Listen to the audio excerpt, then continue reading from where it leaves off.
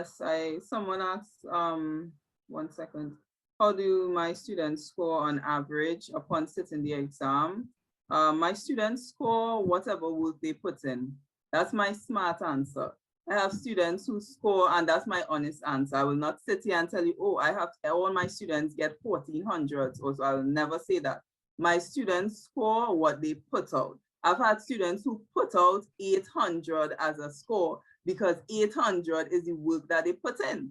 They come to the class, they get all the resources, and they just don't study. So they get 800, they get 900, they got 1000, they got 1200, they got 1300. And that is my very most honest answer to you. Whatever you put out, whatever you put in is what you get out. So that is what I would say to you. That's exactly what the students get. Every student who begins, who would start my prep course, I will say to the students and parents, what you put in is what you get out. It's the same for CXC, C-Sec and CAPE level. If you don't study, you will not get that 1 or that grade 2 or even that grade 3. Same thing for the SAT. I do not have you know, like when you have those. You have a magic one, Shanice? You got a magic one? No, I don't. You know, like people have these, you know, all these advertisements say you take this pill and you lose X amount of pounds. No, you don't take my SAT prep and get the highest score possible. No, you actually have to come to class, study hard, practice, and then you can get the score that you want. What we put out, the tutors put out, will not determine your score. It's a 50-50 effort. So you come to class, you do what you have to do, and you get everything from class. But if you're just coming to class and you're saying, okay, great, class is good, and you're going off for the rest of the week, not doing any studying and any practicing, my friends, your score will not move. That's not how the SAT doesn't work like that. The SAT is like if you have a sprint, you're a 100-meter sprinter, and if you're not practicing every week to improve your time, Olympics just pass people. If you're not practicing, and I just use that as a plug, if you're not practicing every week to improve your time, you will not see an improvement.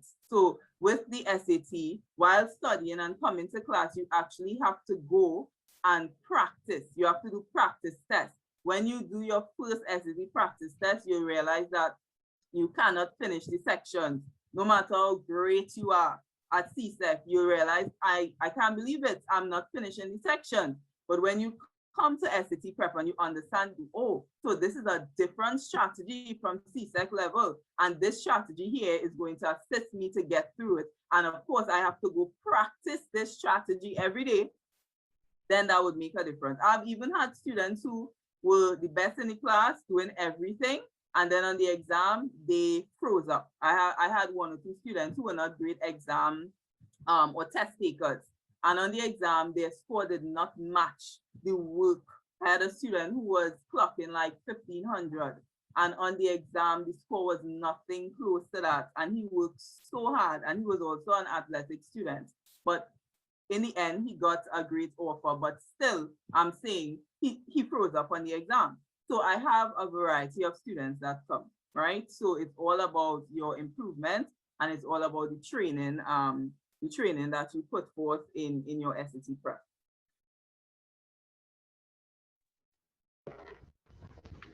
Okay. Shanice, this is like life too. What you put in it is what you're gonna get out of it, guys. You have to put in time in terms of what you're trying to achieve in your life and how you're going to go about it, guys. Yes. You know, you have to put in the time inside of there so you could get the results you want. And I will tell you something, guys. Way back when, I'm not going to tell you when, it was many moons ago, Shanice. Like many moons ago. I'm not going to tell you when it was. Real far back when. And I did the SATs. And I didn't do any classes, Shanice. And I went and do the test. And it was just a monster. And I'm talking about way back when. I'm talking about some 20-something years ago. I'm talking about. Could be longer than that. We had no classes because at that time, you know, people were trying to gather the right information. How about doing this thing and getting through it? And I did it. I didn't score bad, I scored good, but it wasn't good enough. And then I realized, look, okay, this thing is different to all the different exams I've did. This has a certain time frame in it. You have to finish certain periods inside of this thing to get it going. And you have to manage your time properly when you go through the process of it. You have to remember when you're doing this test, this is going to be the difference in you paying 8,000 or 7,000 or 15,000 a year to you not paying any money at all for that year or for the years you go to school. So why not invest the time now, study and do the test and get into school? And you save yourself and your family all that money that may end up coming on the back end that is difficult for you to put out. Go ahead, Shanice, because I know you have a lot of questions coming up. Right. There's one question. Someone is asking what percentage of the students that I assisted got scholarship, but I'm not sure in terms of when they're asking someone with assistance. Do you mean with like scholarship assistance or just with S.A.T., just the S.A.T. prep course, just to be specific?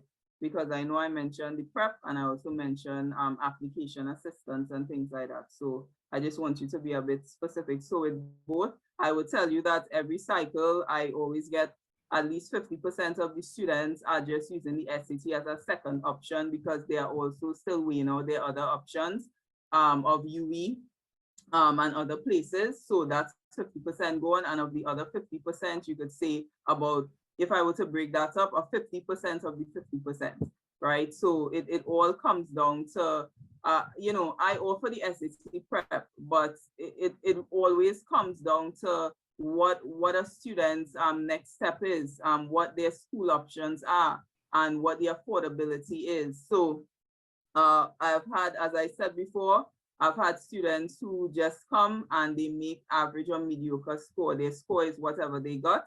I've also had students who have just taken the classes for another option and never actually explored the US option at all.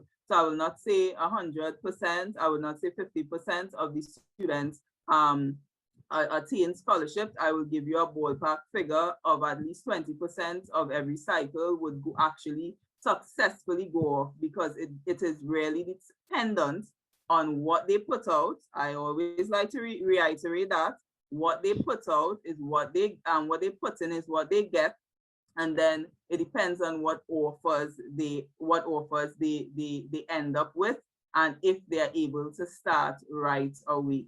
Right, so that is my absolute best answer to it. And I just want to make this very clear to parents and students. Again, I know I just said it before.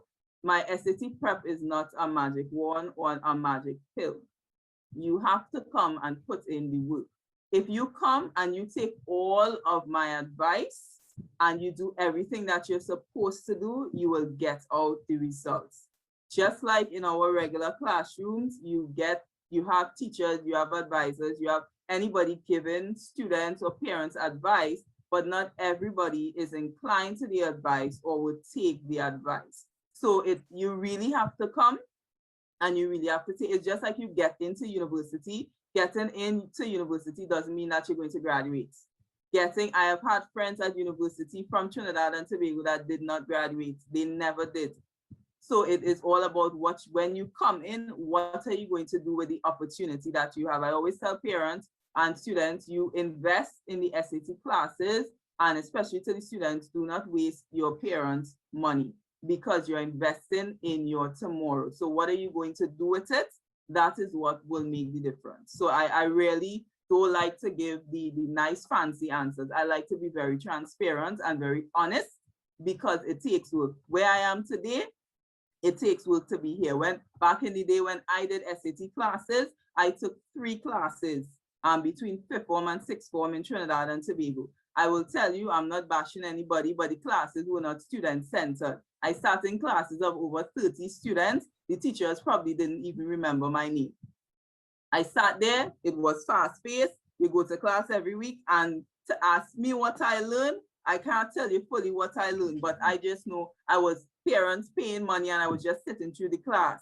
And for anybody in here, anybody has experience with me, if you were to speak to one of the parents or students that deal with me, any help my students or parents need, they get it. They're registering for exams, they can call me at any hour. Once I answer, I'll sit there on the phone with them and explain to them, this is the problem you're having on the website. This is what you have to do. You don't get that with some of the traditional SAT prep courses. And I could say that because I've been through the process just a couple years ago. Any assistance, you need study tips, you're feeling down, talk to me and I will give you some assistance to get it together. Whatever information, I will sit on the phone. As Anthony said, you have to go pay for some of the information usually to consult. And I would literally sit with parents and for me, when I was in university in the States, my dream was always to give back to my country in that way, and also to the Caribbean region, because I found that, I went through so much in the process. And if I knew better, if my parents, was able to get, that information at the time, it could have been different. So for me, that is that is a service that, I take pride in, really being honest about the process and giving you the right information. Because a lot of times, if we be honest with ourselves, as people, we want a nice, quick, easy method. Can I just do this and get it? But the truth is, you can't just do this and get it. You have to work hard. You have to work hard. And even when you get into the university, you'll realize that I'm on scholarship. As soccer player, you have to go to training. You have to keep up with your academics. If your GPA drops, you will stay on the bench and you will not play. I have friends who were on your student athlete scholarships and so on. Let your GPA only drop. So you have to put in the work no matter what, with your training and with your academics.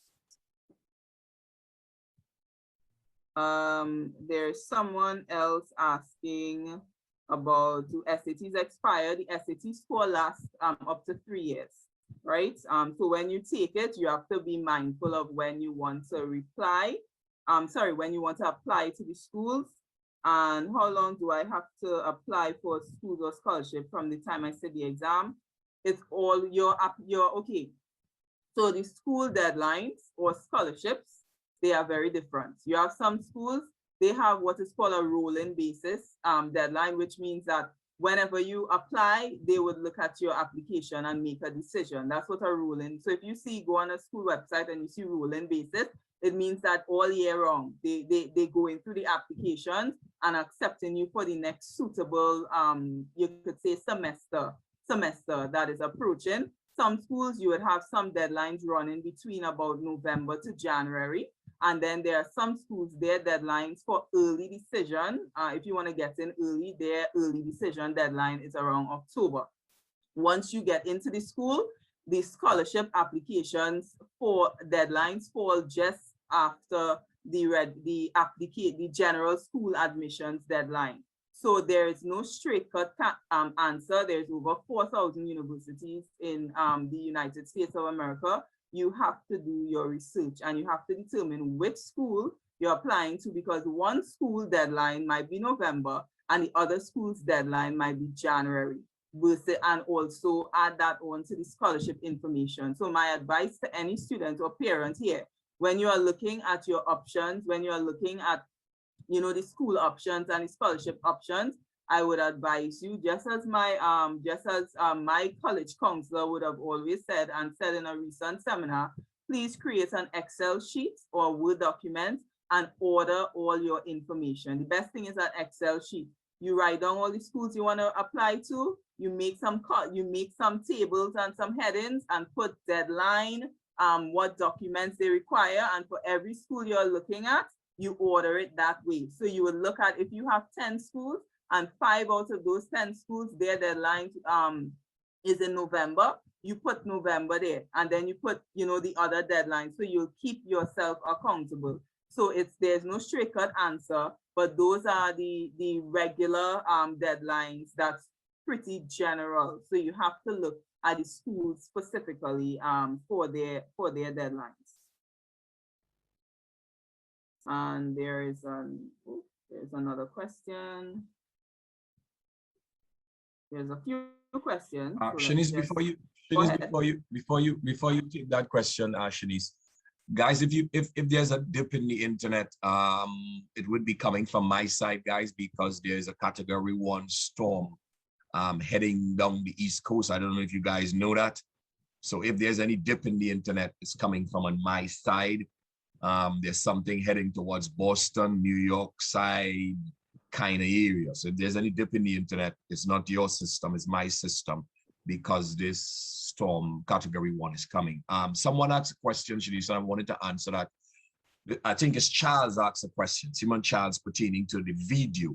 The only suggestion I can give you, if you know someone who is a FIFA official, or like a national team technical director, if you are from Trinidad and Tobago, or whatever country you're from, you can get them to write a letter. You can ask them to write a letter on your behalf if they know you and know your ability. That helps with the school. So for those of you guys who have videos, but it's not up to date, those of you guys who are trying to make a video and because of the COVID is posing a problem because the coaches need to see you in a game situation. If you get a technical director from your country on your national team or a head coach, they can write a letter on behalf of your organization pertaining to you, and that would be able to help you, right? Shanice, you feel free to go ahead. Okay, there's a student stating that he's entering third form from September. And when should he start the process? I would advise to you that from fourth form, you can start looking at the process. But I would say, if I have a fourth form student who is just not fully proficient yet to write the S.A.S.S.A exam, I would say to them, come back after you write C-SEC exams or at the end of fourth form, right? Because you have to be proficient. I know in Trinidad and Tobago and other Caribbean islands, a lot of our students many times write exams in fourth form or even third form. So if you're advanced, if you're an advanced student, then I can accept you in the class, but it also comes down to when you'd want to start school, because the score is only good for 3 years. So so third form is not the best time to start. It's a little too early. But if you revisit it again in fourth form, it all comes down to your level in math and English. Else, you will struggle in the class. I do not just accept students in the classes because you have to have met the proficiency requirements. I don't believe in collecting money and being dishonest. So I'm very straight with the parents and students. You have to meet the requirements. In the past, I would have given some athletes opportunity even when they didn't quite have a subject or so, but they had a lot of offers on the table, but it was still too much of a struggle because that student was just too far behind in maths, and it was just too much of a struggle. The SAT class is not about teaching you over maths. You have to come in with the foundation. So I had to discontinue those areas and say, look, I just can't do it. You're going to have to either go back and get that subject or so, because in this, even though you have those offers on the table, you still have to meet NCAA requirements and, whichever other requirements for as a student athlete in the United States. So your high school passes and transcript would also have to be in check. So I gave those 1 or 2 chances, but I didn't like how it was going because the student just wasn't following. So it didn't make sense. So I always make sure that students have met the proficiency requirements. And as of recent, I've turned back a lot of students who did not have C-SEC level maths and really wanted to sit in the class. I had to refuse them. I told them I would not be able to because it will be too difficult for you to follow. And I would be doing you an injustice. Right? So that is my answer there. Shanice, I'd like to plug in something here, too, and I'd like to ask you, I know I could ask you this off air, and I could ask you on air, but I would ask you to, and I would like you to think about it, though, because I know this is a question, and I'm getting the feeling that a lot of parents and kids would want to ask, and I've seen some questions popping up, and a lot of people who are not ready as yet because they're there. Is there some way, Shanice, and I think maybe I should ask you this off air, but I'm still going to ask you because I know a lot of people will say, yeah, Coach Roy, I was thinking about the same thing too. Is there some sort of system that we can put in place? I know kids have to be at a certain level.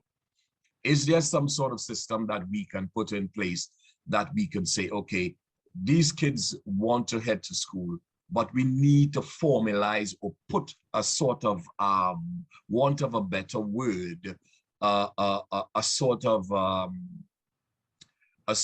guidance or a sort of development process or a sort of way to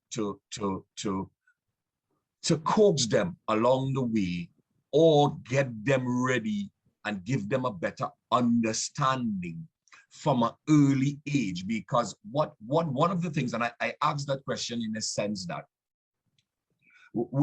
for us to get these kids together, Shanice, and both of us went to school out in Trinidad, so we understand what is transpiring and in different Caribbean regions. We have to find a way when kids are in leaving Form 1, Form 2, Form 3, to have something in place for them to be able to guide them through, not inside of the SATs in terms of that level, but to be able to give them a taste and a feel for it so we can get them ready for it. Because we are finding out now when these kids reach in Form 4 and Form 5, they're having a lot of struggles to go through the process. So is that something you would want to think about or recommend that could be organized, or how we can go about doing that we could be able to help these kids along the way so they know what they're coming to versus just reaching in a class for 3 months or something like that and then they are totally blown away. How do I get this done? And from Form 2, Form 3, we have some sort of, not that high stakes, but something lesser to build them up along the way. I know the schoolwork will deal with that, but for the environment of that, how would you attest to that? If that is something you would want to answer, or that is something you think we need to chat about off camera that we need to do? Because I am in connection right now, and I have to be honest with you, I'm going to say there's some principals right now who are locked on. There are some soccer coaching school directors right now who are locked on. And I know that is some of the things they're asking me. How could we get something like this done? So we don't reach, when a kid reach that age, they go into that atmosphere. Although they should have been taught similarly to that in a classroom. Because I know, I can feel it, I can see it in your face that, they should have been taught something like that similar in a classroom. But how do we create that environment, Shanice? If I could tax your brain, and I know you're smart because I can see you moving, you're already working it out. So I'll leave you to answer it. All right. There's a lot to say about that, but I know we'll talk some off air. Yes. I believe that is something that we really need to work on as a people in terms of streamlining our students, our athletic students, whatever sport they're into. But there definitely needs to be a streamlining, some sort, as Anthony is saying, some sort of development program. It is possible. It is all about putting it together. I have over time thought about how we could get it done, because you see, and in order to get this program instituted, the culture has to change. I have gone through schooling where friends or person have seen students playing intercul for schools and they have no passes. And the focus is all about buying players. And when these gifted young men or young women graduate or finish their tenure, playing on a particular team or club, I don't want to mash anybody's big toe here, but I have to say, what are you doing for their academics? Because the truth is, the furthest they will get to is intercul. They will not get into the US universities or whatever programs because their academics are not in order. It is not about soliciting someone's talent or skill, but it's also about looking at their tomorrow. How can I develop this player, let's say John Doe, so that at the end of his high school tenure, he had the experience at school level, intercol or club, you know, soccer, whatever, and his academics, they are in check. It's a culture. I've seen it when I was in school. I still see it today. I've had students pass through me and it's like they're really good, but when you ask about their academics, they're not going to go anywhere because they can't pass maths, they can't pass English or whatever. Where they go in, and then they are just circulating, they're just being discarded into our system. And that's a whole nother story that I know it's very obvious for us. I don't need to say that, especially those in Trinidad and Tobago. I don't need to say that. So yes, we need to change our mindsets as a people. All key stakeholders involved, from coaches to school administration to teachers to parents. As a parent, you have to be responsible to know, look, this child is gifted, but guess what? He or she needs to go to their extra classes or whatever to ensure that their academics is in check, because they can go to the college as well, you know, and get to the college eventually. And then what if they have a very bad injury during their college career? What next? What are they going to fall back on? So the academics, over the years, I've been preaching this to parents and students, yes, but the academic has to be in check. So yes, Anthony, starting as early as around first or second form, it's all about developing a program to streamline students. If a parent know, look, this child is gifted, this child really wants to be a professional soccer player or whatever sport they're into, then there must be a program that can develop these a all-rounded program. So it's not only about training or the sport, but it's also about the academics, in checking up that at each grade level or form level, at the high school level or the secondary school level, this student on this team has met the requirements for a Form 2 student according to TNT standards or international standards for a student that age. If a student that age needs to know, let's say, quadratics, then this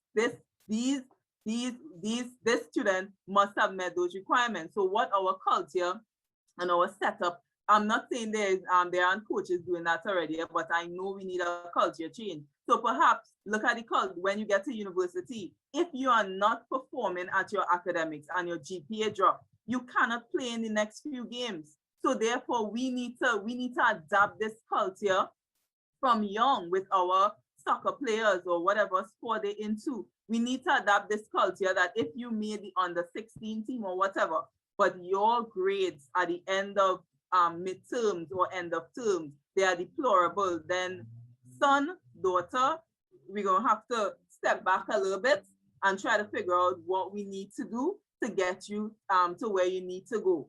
Because when we don't look at the academics, we are selling our children short.